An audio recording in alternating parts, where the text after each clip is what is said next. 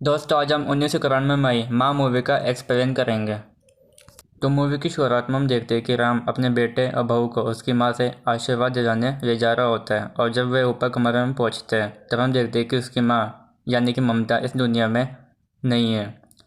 फिर देखते हैं कि राम ममता की तस्वीर से उसकी बहू को वो हार पहनाने को कहता है जो उस तस्वीर पर लग रहा होता है। तभी हम देखते हैं कि वो हार उसके बहू के गले में डल जाता है, जिस पर राम कहते हैं कि ये कोई जादू या चमत्कार नहीं है बल्कि एक माँ का प्यार है और उसकी ममता की शक्ति, जिसके आगे भगवान को भी झुकना पड़ा था। हमारे बीच में ना होकर भी हमारे बीच में फिर राम अपने बेटे और बहू को उसकी कहानी बताता है कि वर्षों पहले मैं अमेरिका से इंडिया लौटा था, जिसमें मेरे आने की खुशी में उसके भैया भाभी ने एक पार्टी दी थी और इस पार्टी में उसकी भाभी एक डुप्लीकेट ज्योतिषी को बुलाती है। तभी राम को कहीं जाना पड़ जाता है, जिस पर ज्योतिषी कहता है कि तुम्हारी ये यात्रा मामूली यात्रा नहीं होगी, क्योंकि तुम्हारी मुलाकात एक ऐसी लड़के से होगी जो तुम्हारे जन्म जन्म के साथी होगी। तभी वो राम को एक कार्ड देता है जिसमें उसने उसके बारे में सब कुछ लिख दिया होता है, जिस पर राम कहता है कि मैं इन सब बातों को नहीं मानता। पर तभी उसकी भाभी उस कार्ड को उसके पर्स में रख देती और कहती है कि जब भी मन करे इसे पढ़ लेना।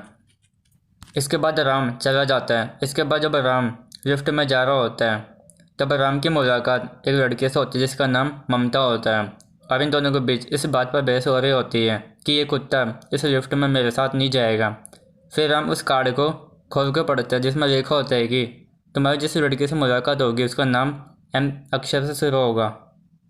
इसके बाद राम को उसका नाम पता चल जाता है जिसका नाम ममता होता है। इसके बाद ममता राम को अपने घर खाने पर बुलाती है। इसके बाद राम ममता के घर आकर उसकी माँ से उसका हाथ मांगता है, जिस पर ममता की माँ उसे कहती है कि मेरे घर अगर कोई आएगा तो वह रईस का नहीं गरीब का बेटा होगा। तब राम एक ब्लैंक चेक पर साइन करके उसकी माँ को देते हुए कहता है कि मैंने इस ब्लैंक चेक पर साइन कर दिए, अब आप इस पर कोई ऐसी रकम भर दीजिए जिससे मेरी सारी अमीरी चली जाए। जिस पर उसकी माँ उनकी शादी के लिए मान जाती है। इसके बाद जब राम और ममता शादी करके घर आते हैं और जब राम की भाभी उनकी आरती के लिए आती है और जब वो ममता को देखती है तब राम की भाभी उसे देखकर बेहोश हो जाती है। इसके बाद जब राम ममता को उनका खानदानी हार पहनाता है तब जिस इस घर की हर बहू को उसके सास पहनाती आई है और उनसे हमेशा ये वादा देते रही है कि वो भी इस हार को अपनी बहू को ज़रूर पहनाएगी, पर तुम्हारे तो सास नहीं है। जिस पर ममता कहती है कि मैं इस वादे को पूरा करूँगी। इसके बाद सुबह राम ममता को बताते हैं कि डॉक्टर साहब से एक रिपोर्ट आई है जिसके मुताबिक तुम माँ बनने वाली हो। इसके बाद ममता का हॉस्पिटल में ऑपरेशन होता है और उसे एक लड़का होता है जिसका नाम बबलू रखते हैं। इसके बाद राम ममता को बताते हैं कि मुझे कुछ ज़रूरी काम से पूना जाना पड़ेगा, पर ममता उसके बच्चे का मुंडन होने के कारण उसे मना करती है। इसके बाद राम चला जाता है। फिर राम के चले जाने के बाद गुल्लू गोली यानी गुलशन ग्रोवर उसको मार देता है और उसे मारकर दबा के चला जाता है। इसके बाद राम घर आ जाता है और बबलू को गोद में सुलाकर ममता के बारे में सोच रहा होता है।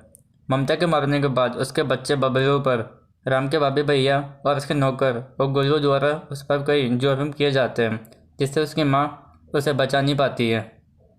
पर ममता का पालतू टॉमी उसकी काफ़ी मदद करता है। इसके बाद राम के भाभी भैया उसे मोना के साथ पूना भेज देते हैं और एक बार जब बबलू भूखे में रो रहा होता है तब ममता उसके लिए किचन से दूध लेने जाती है, पर ममता किसी भी बर्तन को छू नहीं पाती और ना ही उसे चुप कराने के लिए खुद चाहकर भी उसे उठा नहीं पाती है।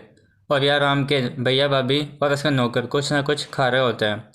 फिर ममता मंदिर जाती है और माता को उसके बच्चे के वास्ते काफ़ी कुछ कहती है और जब ममता नीचे बैठकर माता का आगे हाथ करती है तब उसके हाथों में फूल गिरता है, जिसके बाद वो हर चीज़ को छू पाती है और अपने बच्चे को भी उठाकर उसे दूध पिलाती है।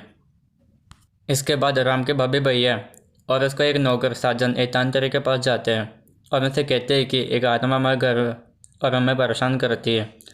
फिर भी तांत्रिक अपनी शक्ति से ममता को विवश करके अपने पास बुलाता है और यहाँ जब राम के भैया मनोहर और उसकी भाभी माया बबलू को बिजली के शॉट से मारने वाले होते हैं, पर तभी राम कमरे की लाइट जला देता है और उनकी सच्चाई राम को पता चल जाती है और बच्चा भी उसकी गोद में होता है, जिससे वह शॉक्ड हो जाते हैं।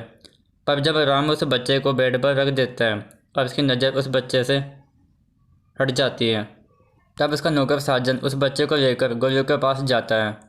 फिर उसकी नौकरानी जूली राम को बताती है कि उसका नौकर साजन उसके बच्चे को उठाकर ले गया है और तभी उसे गुल्लू गोली का फ़ोन आता है और राम को कहता है कि बच्चे को मुझसे वापस चाहिए तो 5 करोड़ रुपये लेकर आना। और यहाँ ममता तांत्रिक को उसके बच्चे के बारे में काफ़ी कुछ बताती है जिससे तांत्रिक उसे आज़ाद कर देता है। फिर ममता गुल्लू गोली से अपना बच्चा लेकर उसे कई सुरक्षित जगह रख देती है। फिर ममता इन सबको काफ़ी सबक सिखाती है पर गोलू की नज़र उस बच्चे पर पड़ती है और उसे उठा लेता है और जलती हुई लकड़ी से उसे मारने वाला ही होता है। तभी उसका टॉमी आ जाता है और उसे बचा लेता है और तभी राम पुलिस लेकर आ जाता है और फिर राम की नज़र बबलू पर पड़ती है पर ममता उसे दिख नहीं रही होती है और सिर्फ बच्चे दिख रहा होता है। और तभी वो तांत्रिक आ जाता है। फिर राम को वो ऐसी शक्ति देते हैं जिससे वह ममता को देख भी सकते हैं और उससे बातें भी कर सकता है। फिर शक्ति मिलने के बाद राम ममता को देख पाता है। फिर ममता बबलू को राम को दे देती है और गले मिलते हैं। तभी तांत्रिक की आंखों में कुछ होने लगता है और ममता दूर जाकर गायब हो जाती है। इसके बाद कहानी उसी जगह ख़त्म होती है जब उन्हें कहानी उन्हें बता रहा होता है। इसके बाद मूवी ख़त्म हो जाती है।